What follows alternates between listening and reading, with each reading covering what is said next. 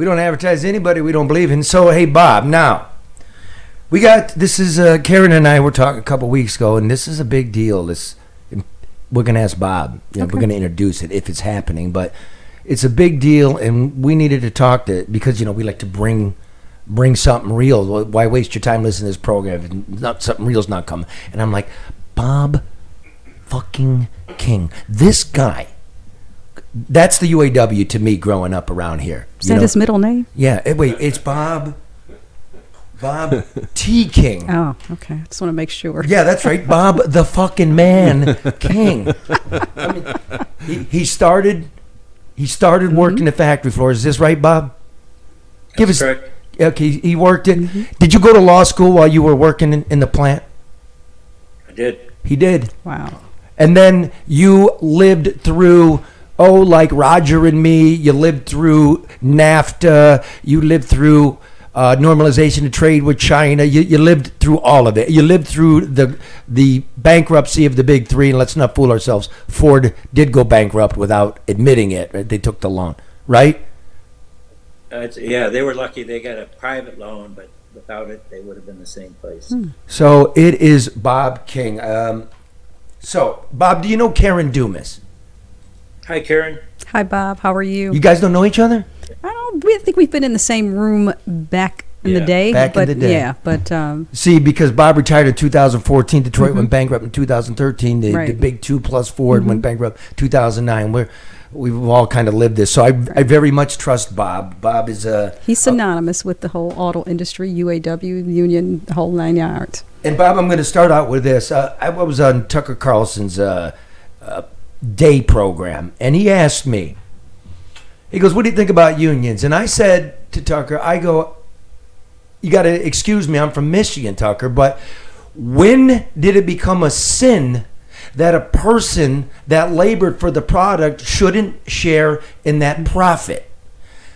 And he said, I agree. I didn't used to agree with that, but reality, takes hold. Wisdom comes in, and you realize if we don't share, we're going down. So now, is the membership has ruled or voted to give permission to the board to strike? When is that date, and is the UAW going to go on strike? Well, I don't know whether the UAW is going to go on strike. Today is September 14th. The president, UAW President Sean Fain, has been very clear. There's no extensions. You've got to come to the plate and give members a fair agreement. If they don't, then Sean and the membership will take the right action. Do you have any idea how they're going to approach this strike? What is there, about 150,000 auto workers under the UAW umbrella? You have Stellantis, you have Ford, you have GM. Are they going to strike all the plants at the same time? Pick some suppliers, pick one company? What if you don't Charlie, know? I don't honestly know. I don't know. I mean, this is a smart strategy by Sean and the leadership team he's working with. They are not going to say which tool and which way they're going to use until that date, because I think it's good strategy because it keeps pressure on the company. Well, you're Bob freaking King, so I know they're calling you for advice, talking to you. You've been through it. In fact, you've been arrested a bunch of times. So don't play with me, Bob. Come on, this is the No Bullshit News Hour. Give us something. I'm respectful of this leadership. I think they're doing a great job. I think they're including the membership to a much higher level than it's been done in a long, long time. But I'm retired. They're the elected leaders. They'll call the shots, and I don't expect them to call and ask me. Well, they are there talking to the membership. You see how much Sean's doing another Facebook Live membership today. Well, let's talk strategy, Bob. I mean, you've got a strike fund that, look at the membership. I mean, the likelihood of it being all three, how long could that last? Strategically, would it make more sense for them to do one and use that as leverage? I mean, let's just speak from a position of experience. Look at you. Yeah. Well, because I have deep respect to the leadership, I'm not going to speculate on what they're going to do. Okay. Fair enough. We got a no comment. All right, Bob. Now let me go like this then. Let's do some math. Here's what Sean Fain and the UAW leadership is asking for: a 46% raise, a 32-hour work week, the restoration of a cost of living adjustment mechanism, reinstatement of a pension, not a 401k, but a pension, restoration of health care, full restoration of health care for retirees, end of the two-tier hiring system. This sounds great, but would this not bankrupt the cash cow? Absolutely not. This would cost each, let me do this though. This would cost, by some estimates, $20 billion a year for each auto company. The floor is yours, sir. Okay, I haven't seen the $20 billion figure. That's much, much larger than what I've heard. But here, do you know what percentage of the manufacturing cost of a vehicle is labor cost today? You know that? No, sir. What is it? Okay. The Canadian Auto Workers just published a report, 3.7%. I knew it was low. I didn't know it was that low. And then I did some checking after seeing that report. I said, how accurate is it? The Center for Automotive Research at the University of Michigan, last one they did was 2019. And then they said it was 5.1. Well, it's fallen since then. So probably it's not Canadian Auto Workers anymore. It's Unifor. Probably Unifor's numbers are right. So these companies have more than enough money. This is what Sean's been saying. They made $250 billion, $250 billion over the last 10 years. This year alone, they're over $21 billion, and only 2 quarters reporting. They have the money to give a fantastic contract. Those workers deserve a fantastic contract. So it's baloney to me. I get angry when people say it's going to bankrupt them. Baloney. Bob, it's going to bankrupt them. No, it isn't, Charlie. I don't believe that. I'm just trying to get you angry, just trying to get a viral clip here. You know how it goes. I mean, I've belonged to unions my whole life, and it's like I got a fucking 401k, and company sold me out, and they're not doing the right thing. So I agree. Working people should share. I also know that this could be the last great, sweet contract in this terms. We're selling less cars, and they're making more money than ever. And that has to do with the price of a car and inflation. So as we continue to lose real wages, fewer of us are going to be able to afford these beauty electric cars that they're promising, even though the power goes out every fucking time it rains. That's one. Two, when you make an electric vehicle, you need much less human input. So is this possibly, I don't want to do doom and gloom, but it could possibly be the last hurrah for, the muscle on my bone is laid out by you guys. You guys put muscle on my bone, you workers. You paid for my school, bro. So I think if it's not handled right, it could be a last hurrah. One of the reasons I was excited about Sean's candidacy is because he understands the importance of bringing these battery plants under the master agreements, because they're replacing the engine transmission plants. There'll be different transmissions for electrical vehicles. So all the components have to be put under the master agreement. And there are a number of different ways you can do that. But that is essential, because if you go down to just assembly plants, you lose a lot of bargaining power. And you lose a lot of job security for your membership. So in many ways, as important as all these other demands are, this is also critically important. This is about the long-term future of the UAW. Can you expound upon that a little bit? What do you mean, like bringing these new battery plants into the agreement? Unionize them? Putting them under. So there's a number of ways to do it, Charlie. And you have the U.S. labor law, which is so biased against workers. So they're trying to make arguments that it's not a mandatory subject to bargaining. That never bothers the union. If you've got the bargaining power, you tell the companies this is something you have to do. And you've also got, a number of different options. Again, I don't want to speculate, but there's a number of different ways to accomplish the goals of what Sean has laid out. I thought it was really important what you saw last week, that they got a wage increase for the Ultium battery workers in Ohio, just where you were down in Lordstown.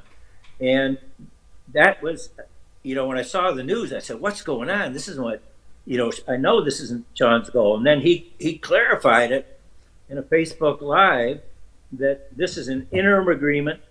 They're still going to fight for those workers. They have exact same contract that General Motors workers have. They'll fight for the battery plants and the other electric components in Stellantis and Ford for the sake of those workers, for the sake of the rest of the current UAW membership. Getting those plants under the same agreements is really critically important. It is about bargaining power. It's about job security. It's about, will there be a long-term future for the UAW? Are 100% of auto workers members of the UAW? I remember at one time there was a conversation about declining membership. Has that bounced back, recovered? About what is the percentage of workers that are represented? Well, it has gotten diminishing and diminishing and diminishing because of the growth of the non-union transnationals, whether it's Toyota or Hyundai or Volkswagen, or name any of the foreign companies that come here. And even though they've worked with unions in their home countries because of good laws, here in the United States, we haven't had an industrial policy for generations. I don't care if it's on the Democrats or Republicans. We have not passed legislation or fought for legislation that would protect workers. One of the things that I strongly advocate for is what they call sectoral bargaining laws. What sectoral bargaining laws you have in Germany, you have a number of European countries, you have in the Scandinavian countries, you even got it in Argentina. What those laws do is they say you bargain as a sector. So the biggest unions and the biggest companies sit across the table, and whatever they bargain in economics and wages and benefits and health care and pensions and all that, they apply to everybody in the industry, whether they're in the union or not. If all these pundits who are saying it would put Ford and GM Stellantis, make them financially unstable, if they really care about America, American workers, American jobs, American financial strength, they would be advocating for sectoral bargaining, but they're not. They're not. They don't care about the working No, class. they don't care about it. They They don't. want us to be dumb and stupid and poor. Now, speaking of that, the only thing that's going to counteract that is unions.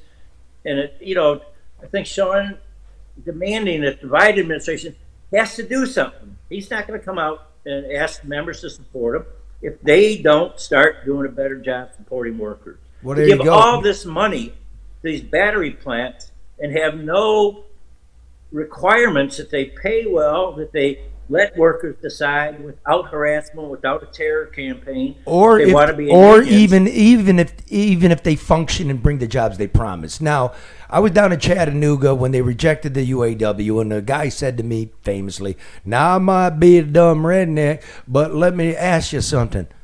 Did the UAW stop GM from going to Mexico? No. So why do I want to antagonize the company?" And he's got a great point. And I don't think the Southern worker is anti-union. He just sees the reality. You lived through it. NAFTA did not work. You knew it wouldn't work. And you knew that the executives of these auto companies were advocating for that.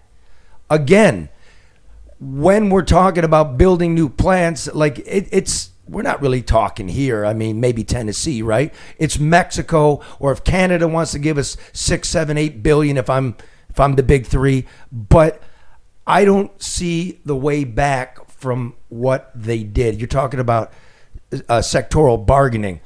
That's over. It's over. I don't think it is, Charlie. Is it a big mountain to climb? Yes, it is. Huge It's mountain. very likely to happen tomorrow, no, but it'll never happen if you don't fight for it. Oh, wait. And so, Wait, Bob. Bob said, it's a huge mountain. Can we get over it? I don't know. That's a big deal from Bob King. But we have to try. Mm-hmm. Because if we don't try, Bob, there is no future, right? We're going to be... you don't fight, you never win. First world workers have turned into secondhand shoppers if we don't try. That's what you're saying. Right. Yep. Jesus. Okay, what about this big chips bill that Biden threw? Oh, we got to build microchips that we invented, by the way. we don't own. It's the biggest chip manufacturer in the world's a Taiwanese company, and they want to come to Phoenix, right? I thought it was going to be an American chip maker, but it's a Taiwanese chip maker. And in order to build the plant, they're now bitching, Bob, that the American worker doesn't have the skill to build a state-of-the-art factory. And yet Biden's throwing billions at him, and he's the guy who's stumbling around going, these are great union jobs. And now this foreign national, this company that we're giving the money to, wants to import their own cheaper workers from Taiwan. Do you buy that? Can Americans not? Absolutely not. Absolutely Go on. not. But Preach, that's brother. where we got to stand up and fight for American workers, right? That there are people who need jobs here, who need decent paying jobs that they can support a family on, not poverty level wages. Let me go back to one more thing about this companies being driven to financial instability.